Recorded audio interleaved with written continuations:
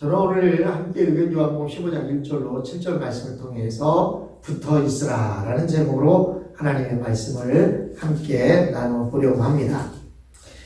오늘 말씀의 주제를 말한다면 바로 이 제목입니다. 붙어 있어라 라는 말씀입니다. 예수님께서 그 말씀을 하시는데 연상하신 것은 바로 접붙이기입니다. 시골에서 자란 분들은 접붙이기가 뭔지 알 겁니다. 별로 쓸모없는 나무로 좋은 열매를 맺게 하려고 쓸 때 쓰는 방법이 바로 접붙이기입니다. 특별히 한국에서는 집집마다 감나무들이 있는데 감을 먹고 그 씨를 땅에다 심으면 거기서 싹이 나옵니다. 그러면 그 싹이 나와서 잘 자라는데 자라서 나중에 보면 열매를 맺는데 감나무를 씨를 심었는데 감이 안 달리고 뭐가 달려요? 고염이 달립니다. 아이고 이 고염 이거 뭐하나.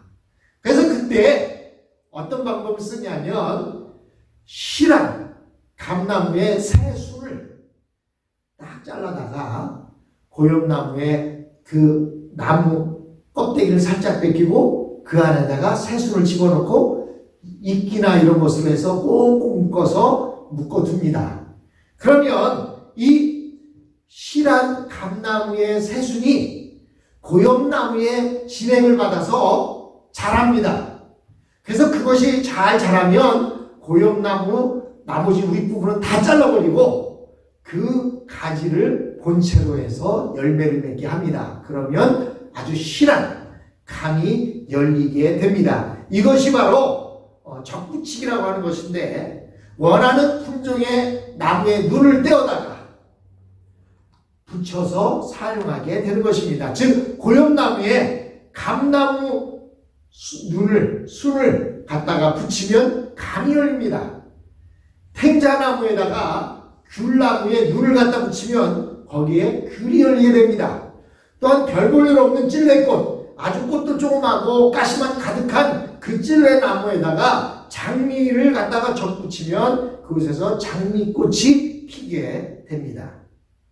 이 접붙이기를 할 때 가장 중요한 것은 두 나무를, 즉 원나무에다가 그 순을 접붙일 때 제대로 붙이는 것입니다.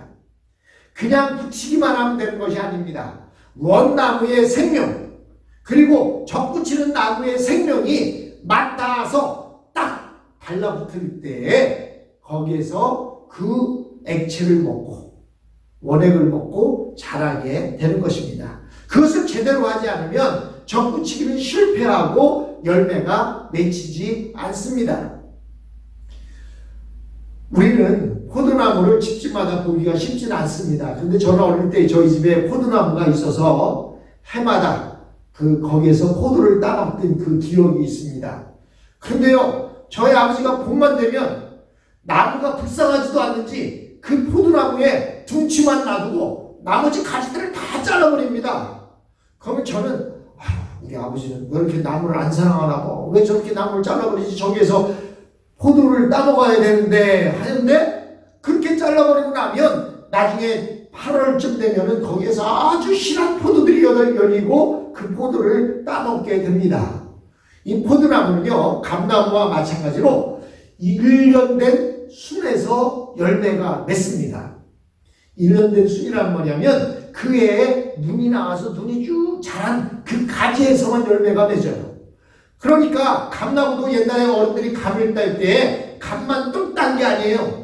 대나무로 가지고 뭘 따죠? 감나무 가지를 딱 잡아서 꺾어서 땄습니다. 그 이유가 뭐냐? 이제는 더 이상 그 가지에서 감이 안 달리기 때문에 그 가지를 꺾어줘야 그 밑에서 다시 눈이 나오고 눈이 나온 것에서 가지가 자라서 열매가 맺습니다. 포도나무도 마찬가지예요. 그래서 이게 어른들이 그렇게 우리가 볼 때에는 왜 저러신지 모르는 것 같지만 그들은 이미 지혜가 있었습니다. 그래서 올해 열매가 달렸던 모든 가지들을 다 정리하고 잘라줘야 새로운 눈이 나와서 거기에서 열매가 맺히는 것을 알고 있었습니다. 그런데 우리 한국에는 감나무가 포도나무가 집집마다 있는 것이 아닌데 이스라엘이나 유럽에 가면 포도나무가 아주 많습니다. 그래서 이 포도나무는 이스라엘 전 지역에 재배되는 나무였고, 그렇게 흔하고 많다 보니까 이스라엘을 이야기할 때 이스라엘은 포도나무다 라고 이렇게 성경에서 표현하고 있습니다. 근데 이 포도나무를 재배하려면 아주 섬세하게 관리를 해야 합니다. 특별히 좋은 열매를 많이 맺기 위해서는 상당한 관심이 필요합니다. 그냥 놔둔다고 잘 자라는 게 아니에요. 한 번이라도 더 가서 보고, 한 번이라도 더 물을 주고, 한 번이라도 풀을 내주고 하면 그곳에서 더 실한 포도가 열리게 되어 있습니다. 근데요, 이 포도나무 가지는 대단히 빠르게 성장하기 때문에 철저한 관리가 필요합니다. 금방 순이 나왔는데 거기에서 줄기가 자라느니 얼마나 길게 뻗는지 몰라요. 가지치기를 할 때에도 나무와 나무 사이가 적당한 간격으로 띄워주어야 그 사이사이로 바람도 들어가고 햇빛도 들어가서 열매를 거두게 되고요. 이 포도나무를 심었을 때 첫해 심어도 거기에서 포도가 열립니다. 그런데 이 포도를 열었다고 따먹으면 결국은 그 포도나무는 아주 못쓸 들포도나무가 되어버리고 맙니다. 그래서요, 포도나무를 심고 3년 동안은 어떻게 하냐면 열매가 맺히면 자꾸 따주는 거예요. 가지치기를 해줍니다. 왜 그러냐? 3년 동안은 뿌리와 줄기가 실하게 자라도록 해주어야 그것은 나중에 실한 열매가 맺히는 것인데, 첫 해에 꽃이 피고 포도송이가 매달렸다고 해서 그거 잘 키워서 저거 따먹어야지 하고 따먹고 나면 원 가지와 뿌리가 힘이 없어서 결국에는 두고두고 좋은 열매를 따먹지 못하게 됩니다. 뿐만 아니라 열매 맺은 것은 다 잘라주고 이렇게 가지치기를 해주어야만 3년 뒤부터 실한 열매를 거둘 수가 있습니다. 또 3년 후에 성숙한 포도나무가 되었어도 중간중간 솎아주어야만 좋은 열매를 맺습니다. 제가 작년에는 못 갔는데 재작년에 우리 송원사님 댁에 가보니까 대추나무에 대추가 얼마나 많이 매달렸는지 나뭇가지가 다 째지려고 그래요. 근데 그렇게 많은 열매들을 우리 권사님이 건강했으면 아마 좀 솟구셨을 거예요. 그런데 아이고, 나도 힘들고 어려운데 뭐 그거 건드려 그냥 놔두니까 예전에는 막 무슨 주먹만하게 달리는 그 대추나무의 열매가 그렇게 많이 달리니까 대추 열매가 작아졌어요. 왜 그럴까요? 빨아들이는 영양분은 똑같은데 너무 많이 매달려 있다 보니까 그걸 다 영양분을 주려니까 영양분이 다 안 들어가는 거예요. 마찬가지입니다. 모든 열매들은 그래서 상황을 봐서 솎아줘야 되는 거예요. 실한 것들을 잘 키우고 약한 것들을 자꾸 꺾어줘야 됩니다. 저도 상추를 키우거나 파를 키울 때 거기에 꽃이 피려고 하면 어떻게 합니까? 자꾸 따주는 거예요. 따줘야 돼요. 왜 그러냐? 꽃이 피면 꽃을 피우고 열매를 맺게 하기 위해서 영양분이 다 거기로 가서 잎이 실하게 자라질 않아요. 파도 마찬가지입니다. 파 꽃이 피려고 나오면 그대로 안 따주면요, 그것만 크게 자라서 씨만 잔뜩 매달리고 이 뽑아 먹을 파가 별로 없어집니다. 이렇게 농사를 짓는 데 있어서는 관심을 가지고 깊이 쳐다보고 하지 않으면 농사를 망치게 되어 있습니다. 여러분, 포도나무는요, 열매를 맺는 것 외에는 전혀 쓸모가 없는 나무입니다. 포도나무 여러분들 직접 보셨는지 몰라도 저는 아버지가 그렇게 포도나무 가지치기를 해주는 걸 봤는데, 보통은 그때 당시만 해도 산에 가서 솔가지를 긁어다가 부뚜막에다가 불을 붙여서, 아궁이에 불을 붙여서 밥을 해 먹을 때인데, 저희 아버지가 포도나무 이 가지 자른 거는 태우질 않아요. 그냥 밖에다 내버립니다. 왜 그런지 몰랐어요. 근데 나중에 알고 보니까 이 포도나무는요, 속이 비어 있어요. 그래서 떼봤자 화력이 없습니다. 괜히 그거 떼느라고 힘만 들지 화력이 없다 보니까 이런 포도나무 가지들은 그냥 쓸모가 없습니다. 이 포도나무는 열매 맺는 것 외에는 전혀 쓸모가 없는 나무입니다. 그래서 구약에서도 이스라엘에서 성전 제사를 지를 때 불이 필요한데 그 나무로 포도나무를 쓰지 못하도록 율법에 정해놓고 있습니다. 왜냐하면 화력이 없기 때문에 아무 쓸모가 없기 때문입니다. 성경은 오랜 세월부터 이스라엘을 포도나무라고 말씀하십니다. 호세아 10장 1절에 보니까 하나님 이 호세아서가 이렇게 말합니다. 이스라엘은 열매 맺는 포도나무라 라고 말씀하십니다.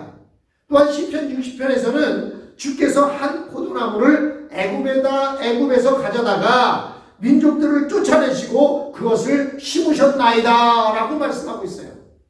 그러면 포도나무를 심었다는 얘기입니까?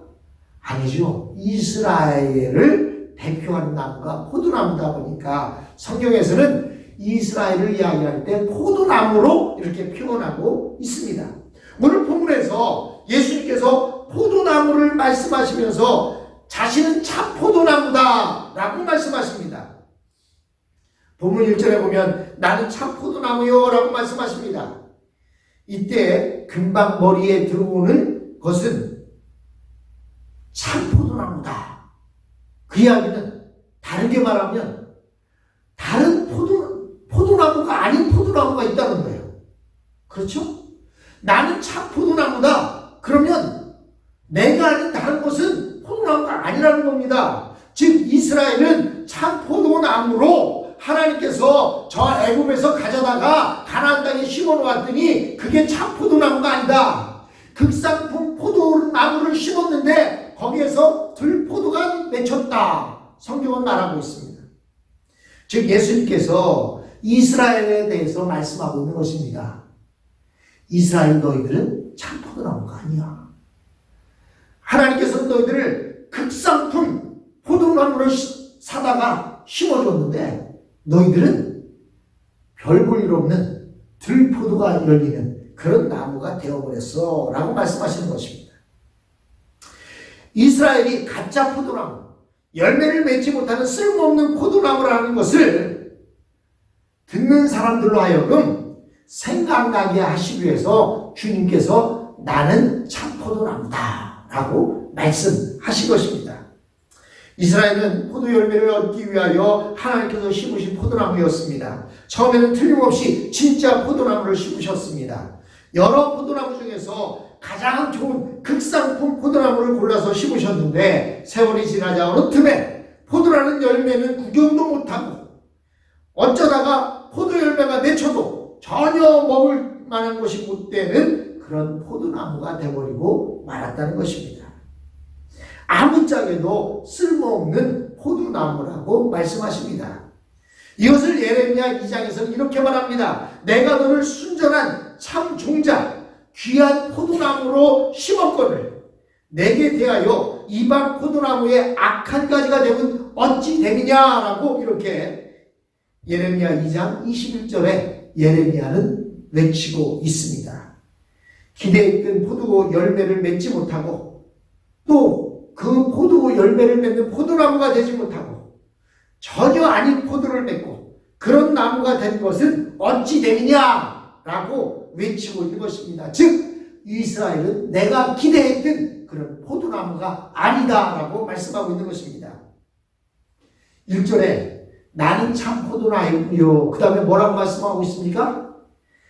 내 아버지는 농부다 라고 말씀하고 있습니다. 참 포도나무 아닌 가짜 포도나무와 농부가 연상됩니다. 하나님을 농부라고 말씀하십니다. 가짜 포도나무, 쓸모없는 포도나무에 대해서 농부가 어떻게 하시겠습니까? 농부는 소출을 많이 내고 많은 열매를 맺기 위해서 할 수 있는 모든 것을 다 합니다. 풀도 뽑아주고 물도 주고 거름도 주고 또 가지치기도 하고 솎아주기도 합니다.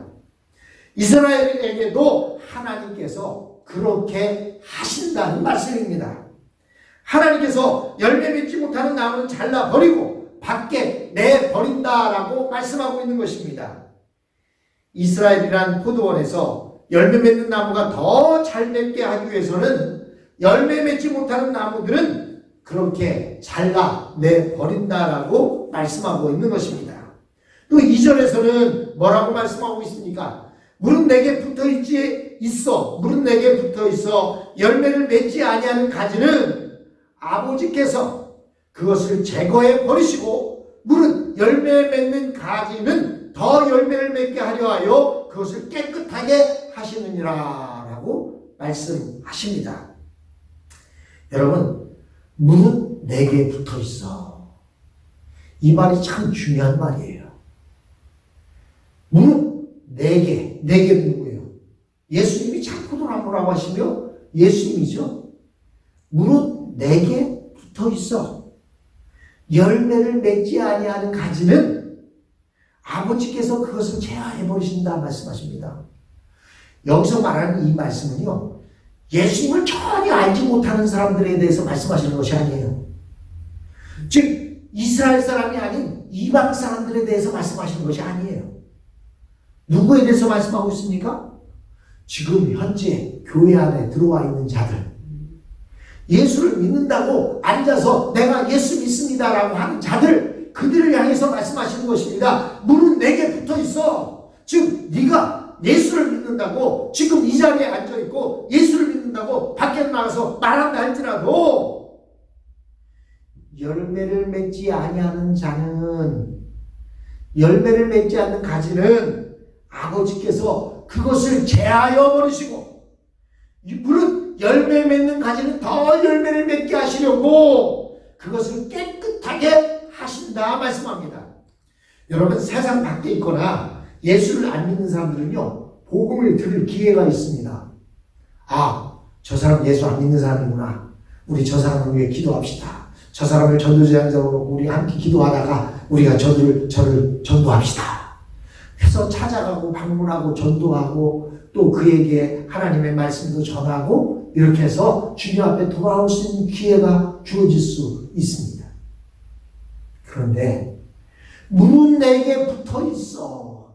예수님 안에 붙어 있습니다. 교회 안에 들어와 있습니다. 하나님의 말씀을 듣고 있습니다. 무언가 하나님의 사람인 것 같습니다. 그런데 물은 내게 붙어 있어 열매를 맺지 아니하는 자, 주님 앞에 나왔다고 이야기하면서 예배 드리고 헌금하고 또 열심히 무엇인가 하긴 하는 것 같은데 열매를 맺지 못하는 자는 아버지께서 그것을 어떻게 한다고요? 제거해 버리시고, 물은 열매 맺는 가지를 더 열매 맺게 하려고 그것을 깨끗하게 하신다 말씀하고 있습니다. 참 이게 얼마나 무서운 말씀인지 몰라요.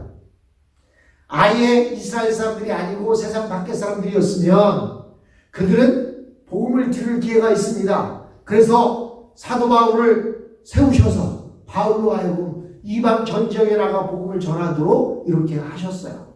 근데 이스라엘 백성들은 어떻습니까? 자신들은 하나님 앞에 들어와 있다고 생각했기 때문에 어떠한 말씀을 그들에게 주어도 그들은 귀를 닫아버리고 우리는 선택된 민족이야. 우리는 하나님이 택한 민족이야. 나는 하나님의 사람이야. 나는 하나님의 백성이야. 이것 하나 가지고 있다 보니까 결국은 어떻게 됩니까? 물은 내게 붙어 있어 열매를 맺지 아니하는 가지는 아버지께서 그것을 제거해 버리신다라고 말씀하고 있습니다. 그러므로 우리가 여기서 먼저 조심할 것이 하나 있습니다. 그것은 예수님께 붙어 있다고 내가 스스로 생각하고 그렇게 하겠다고 말하고 또 그런 모양을 갖추었는데 실상은 붙어 있지 않는 것, 그것은 참으로 조심해야 합니다. 이런 사람은 누구도 구원받지 못하고 잘려지고 버려지고 밖에 내던져질 뿐입니다. 아예 교회 밖에 있으면 저 사람은 구원받아야 할 사람이다, 저 사람에게 복음을 전해야 된다 생각하지만 교회 안에 있으면 그 사람에게는 그렇게 생각하지 않습니다. 그러기에 상당히 위험합니다. 또 그런 사람들에게 좀 글된 길로 간다고 말씀으로나 목사가 권면이라도 하면 그것 때문에 오히려 더 화를 내고 나를 무시한다고 생각하고 받아들이지 하지 않고 이런 자들도 많습니다. 이런 자들을 교회 안의 불신자다라고 이렇게 표현합니다. 믿는 것 같은데 믿지 않는 사람이 적지 않다는 것을 우리 기독교 역사가 말해주고 있고 우리 교회의 현실인 것입니다. 이스라엘이 그러했습니다. 그들은 우리는 하나님의 자녀다, 우리는 하나님이 계신다고 말하는데 실상은 그것이 아니라는 말씀입니다. 하나님께서는 말라기 1장 6절을 통해서 이렇게 말씀하셨습니다. 아들은 그 아버지를, 종은 그 주인을 공경하나니 내가 아버지일진데 나를 공경함이 어디 있느냐? 내가 주인일진데 나를 두려워함이 어디 있느냐라고 이렇게 말라기 1장에서 말씀하고 있습니다. 아버지라고 말하면서 또 주인이라고 말하면서 아버지나 주인으로 공경함이 없다라고 말하고 있는 것입니다. 말로만 아버지라고 하고 말로만 주인이라고 한다는 것입니다. 그래서 말라기 1장 7절에 이어서 이렇게 말합니다. 너희가 더러운 떡을 나의 제단에 드렸다라고 말씀하고 있습니다. 하나님께서 왜 나에게 제사를 드리면서 내가 받지 못할 더러운 제사를 드리는지 물으셨습니다. 그러자 말라기 1장 7절에 이어서 그들은 뭐라고 말합니까? 우리가 어떻게 주를 더럽혔나이까? 라고 이렇게 오히려 반문하고 있는 모습을 보게 됩니다. 이스라엘은 우리는 늘 하나님을 우리의 아버지로 모셨고 하나님으로 공경하였다라고 말합니다. 그러나 하나님은 뭐라고 말씀하십니까? 아니다. 너희들은 나를 떠났고 나를 공경함이 없었다라고 이렇게 말씀하십니다. 나와 관계가 없으면서 나와 관계 있는 것처럼 내 자식이 아니면서도 내 자식인 것처럼 하는 여러분들은 나를 떠났고 나를 버렸다라고 성경 곳곳에서 말씀하고 있습니다. 사랑하는 성도 여러분, 예수님을 떠나지 마십시오. 예수님을 떠나서는 어떠한 열매도 맺을 수가 없습니다. 우리가 신앙생활을 하다 보면 이런 일 저런 일을 당할 수 있습니다. 하나님의 일을 하다 보면 상처를 받기도 하고 시험을 받는 일도 있기도 합니다. 때로는 교회 일보다 세상 일이 더 재밌는 것처럼 보이기도 하고 교회 일도 세상적으로 하면 그것이 더 의미 있고 보람 있는 것처럼 보이기도 합니다. 그러다가 그만 예수님을 떠나게 되는 일이 얼마나 많이 있는지 모릅니다. 혹시라도 교회 안에서 이런 일 저런 일을 하다가 시험 들고 어려움이 있거나 힘들고 속상하고 이를 세상적으로 하는 것이 좋아 보여도 어떤 경우라도 우리는 예수님을 떠나는 일은 없도록 해야 합니다. 아무리 젊고 능력이 있고 재산이 있고 미천이 있어도 예수님을 떠나면 그 모든 것이 허사입니다. 아무것도 아닙니다. 머리 좋은 것도 쓸데없습니다. 재주 좋고 능력 많은 것도 쓸데없습니다. 예수님을 떠나면 아무것도 아닙니다. 여러분, 제가 이렇게 깨가 잔뜩 올라오면 그 중에서 그래도 굵게 자란 것들을 뽑아서 딴 것으로 모종을 합니다. 그리고는 작게 나온 것들은 그냥 뽑아서 나물로 무쳐 먹는다든지 하고 버린다든지 합니다. 그런데요, 아무리 실한 것이라도 뽑아갖고 옆에 땅에다 옮겨 싣고 물지지 않고 그냥 바닥에 내버리면 어떻게 될까요? 하루만 지나면 시들어버리고 죽고 맙니다. 우리는 예수님을 떠나서는 아무리 내가 작은 것 같고 실한 것 같아도 예수님 때문에 실했고 예수님 때문에 좋은 열매를 맺었던 것이지 내가 잘나서 그런 것이 아닙니다. 내가 잘난 것처럼 따로 떨어져 있다 보면 어떻게 됩니까? 그냥 죽고 마는 거예요. 예수님을 떠나면 아무것도 아닙니다. 되는 일이 없습니다. 잘 되는 것 같아 보여도 더 좋을 것 같아 보이고 더 행복할 것 같아 보여도 절대로 그렇지 않습니다. 행복하지 않습니다. 좋지도 않습니다. 돌아오는 것은 고생뿐입니다. 본문 4절에 보면 이렇게 말하고 있습니다. 내 안에 거하라. 나도 너희 안에 거하리라. 가지가 포도나무에 붙어있지 아니하면 스스로 열매를 맺을 수 없음 같이 너희도 내 안에 있지 아니하면 그러하리라 라고 말씀하십니다. 예수님께 붙어있지 않으면 열매가 맺히지 않는다 라고 말씀하십니다. 6절에서는 뭐라고 말씀하십니까? 그렇게 열매를 맺지 않는 것은 사람들이 그것을 모아다가 불에 던져 사르느니라 라고 말하고 있습니다. 예수님께 꼭 붙어 있으십시오. 어떻게 하든 예수님께 붙어 있으십시오. 예수님 생명에 여러분의 생명을 접붙이십시오. 걸을 때에도 늘 함께 걸으시고 순간순간 생각하십시오.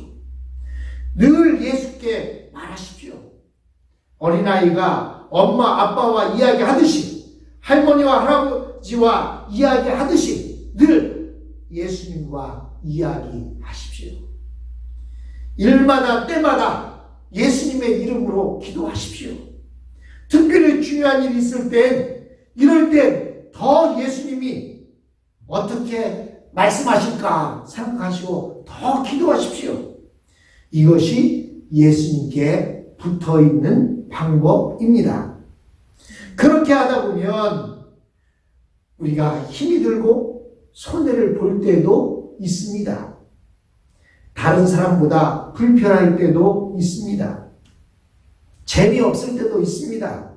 그러나 그 길을 가면 결국은 그 길은 평안이고 행복으로 돌아오고 열매를 많이 맺게 합니다.